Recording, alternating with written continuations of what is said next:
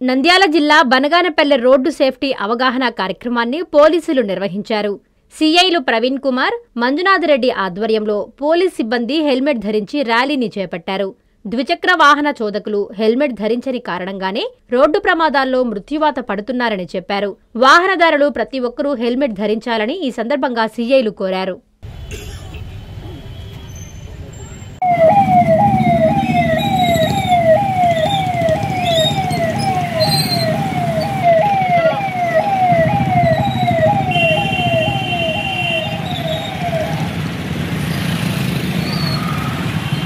మేమింతే తగ్గించే అమ్ముతాం, మా రేటే సెపరేటు.